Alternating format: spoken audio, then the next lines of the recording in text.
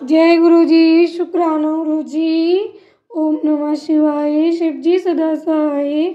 ओम नमः शिवाय। गुरु जी सदा सहाय। सभी संगत परिवार को मेरा जय गुरु जी। आप सभी का स्वागत है शिवा शिव मोटिवेशन चैनल पर। मैं हूँ गुरु जी की बेटी शिखा रानी और आज हम श्रवण करेंगे श्रीमद् भागवत गीता के 13वें अध्याय का महात्म्य।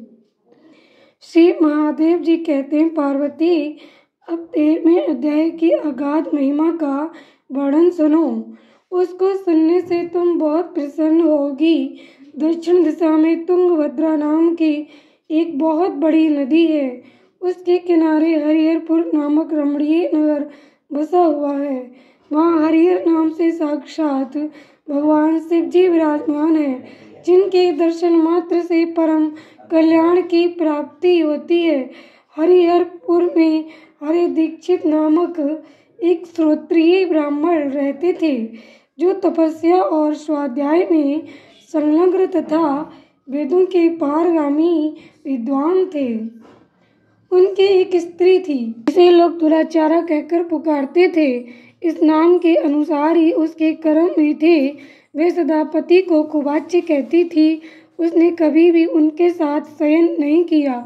पति से संबंध रखने वाले जितने लोग घर पर आते, उन सबको डांट बताती और स्योम कान मौन मत होकर निरंतर व्यभिचारियों के साथ रमण किया करती थी। एक दिन नगर को इधर उधर आते जाते हुए प्रवासियों से भरा देख उसने निर्जन एवं दुर्गम वन में अपने लिए संकेत स्थान बना लिया। एक समय रात में किसी कामी को न पाकर वह घर के किवाड़ खोल नगर से बाहर संकेत स्थान पर चली गई। उस समय उसका चित्त काम से मोहित हो रहा था। वह एक एक कुंज में तथा प्रत्येक वृक्ष के नीचे जा जाकर किसी प्रीतम की खोज करने लगी, किंतु उन सभी स्थानों पर उसका परिश्रम व्यर्थ गया। उसे प्रियतम का दर्शन नहीं हुआ। तब वह उस वन में नाना प्रकार की बातें कहकर विलाप करने लगी। चारों दिशाओं में घूम घूम कर वियोगजनक विलाप करती हुई उस स्त्री की आवाज़ सुनकर कोई सोया हुआ बाघ जाग उठा और उछलकर उस स्थान पर पहुंचा जहां वह रो रही थी। उधर वह भी उसे आते देख किसी प्रेमी की आशंका से उसके सामने खड़ी होने के लिए ओट से बाहर निकल आई। उस समय व्याघ्र ने आकर उसे नख रूपी बाणों के प्रहार से पृथ्वी पर गिरा दिया। इस अवस्था में भी वह कठोर वाणी में चिल्लाती हुई पूछ बैठी, अरे बाघ, तू किस लिए मुझे मारने को यहाँ आया है? पहले इन सारी बातों को बता दे, फिर मुझे मारना।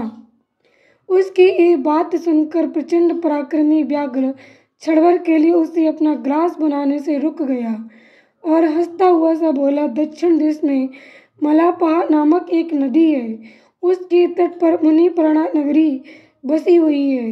वहाँ पंचलिंग नाम से प्रसिद्ध साक्षात भगवान शंकर निवास करते हैं। उसी नगरी में मैं ब्राह्मण कुमार होकर रहता था। नदी के किनारे अकेला बैठा रहता और जो यज्ञ के अधिकारी नहीं है, उन लोगों से भी यज्ञ कराकर उनका अन्न खाया करता था। इतना ही नहीं, धन के लोभ से मैं सदा अपने वेद पाठ के फल को भी बेचा करता था। मेरा लोभ यहाँ तक बढ़ गया था कि अन्य भिक्षुओं को गालियाँ देकर हटा देता और स्वयं दूसरों को नहीं देने योग्य धन भी बिना दिए ही हमेशा ले लिया करता था। ऋण लेने के बहाने मैं सब लोगों को छला करता था। तदंतर कुछ काल व्यतीत होने पर मैं बूढ़ा हुआ। मेरे बाल सफ़ेद हो गए, आंखों से सूझता न था और मुंह के सारे दांत गिर गए। इतने पर भी मेरी दान लेने की आदत नहीं छूटी। पर्व आने पर प्रतिग्रह के लोभ से मैं हाथ में कुश लिए तीर्थ के समीप चला जाया करता था। तत्पश्चात जब मेरे सारे अंग शिथिल हो गए, तब एक बार मैं कुछ धूर्त ब्राह्मणों के घर पर मांगने खाने के लिए गया। उसी समय मेरे पैर में कुत्ते ने काट लिया। तब मैं मूर्छित होकर क्षण भर में पृथ्वी पर गिर पड़ा। मेरे प्राण निकल गए। उसके बाद मैं इसी व्याघ्र योनि में उत्पन्न हुआ। तब से इस दुर्गम वन में रहता हूँ तथा अपने पूर्व पापों को याद करके कभी धर्मिष्ठ महात्मा, यति, साधु पुरुष तथा सती स्त्रियों को मैं नहीं खाता। पापी, दुराचारी तथा उल्टा स्त्रियों को ही मैं अपना भक्ष्य बनाता हूँ। अतः उल्टा होने के कारण तू अवश्य मेरा ग्रास बनेगी। यूं कहकर वह अपने कठोर नखों से उसके शरीर के टुकड़े टुकड़े करके खा गया। इसके बाद यमराज के दूत उस पापनी को संयमनीपुरी में ले गए। वहाँ यमराज की आज्ञा से उन्होंने अनेकों बार उसे विष्ठा, मूत्र और रक्त से भरे हुए भयानक कुंडों में गिराया।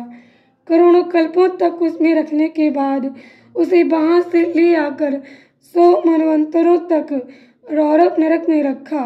फिर चारों ओर मुंह करके दीन भाव से रोती हुई उस पापनी को वहाँ से खींचकर दैनानक नामक नरक में गिराया। उस समय उसके केस खुले हुए थे और उसके शरीर भयानक दिखाई देता था। इस प्रकार घोर नरक की यातना भोग चुकने पर वह महापापनी इस लोक में आकर चांडाल योनि में उत्पन्न हुई।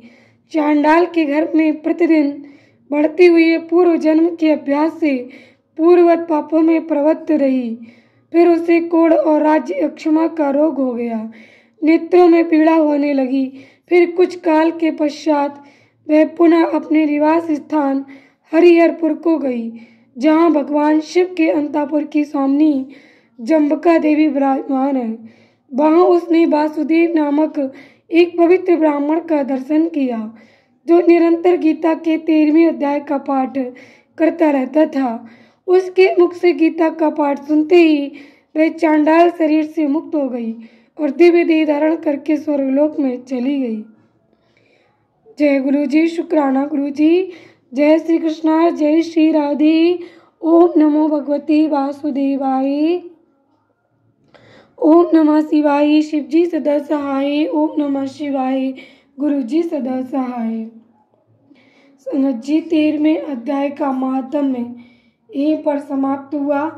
कल हम 13वां अध्याय श्रवण करेंगे। ये 13वें अध्याय की महिमा थी कि 13वें अध्याय को सुनने तथा पढ़ने से बड़े से बड़े पापी, बड़ी से बड़ी पापात्माओं को भी मुक्ति मिलती है। संगत जी, जब हम इस संसार में, इस दुनिया में रहते हैं, तब हमें समझ में नहीं आता कि परलोक क्या है और वहाँ पर क्या पीड़ा होती है, किस कर्म से कौन सा फल मिलता है। हम देख नहीं सकते संगत जी, लेकिन जो हमारे शास्त्रों में, जो हमारे पुराणों में, जो हमारे ग्रंथों में लिखा हुआ है, जो हमारे शास्त्र कहते हैं, जो हमारे पुराण कहते हैं, और शास्त्र कभी असत्य नहीं होते, कभी झूठ नहीं होते। तो ये सत्य है कि जो हम आत्मा हमारी होती है और हम इस शरीर में आज हैं, कल जब हम इस शरीर को त्याग देंगे तो हम नया शरीर धारण करेंगे। अब वो नया शरीर हमें हमारे कर्मों के अनुसार ही मिलेगा।